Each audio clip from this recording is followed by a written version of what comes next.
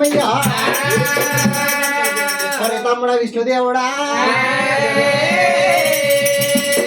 బ్రహ్మదేవుడా తమ్ముడు విష్ణుదేవుడా ఓం గుణం సట్టలేరంది అడగండి ఎవరికి అన్నీరు కావచ్చు ఒకసారి ప్రజ్వలన అయ్యో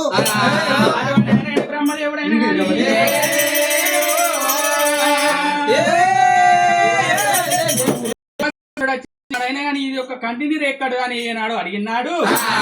అప్పుడు బ్రహ్మదేవుడైనా అన్నయ్య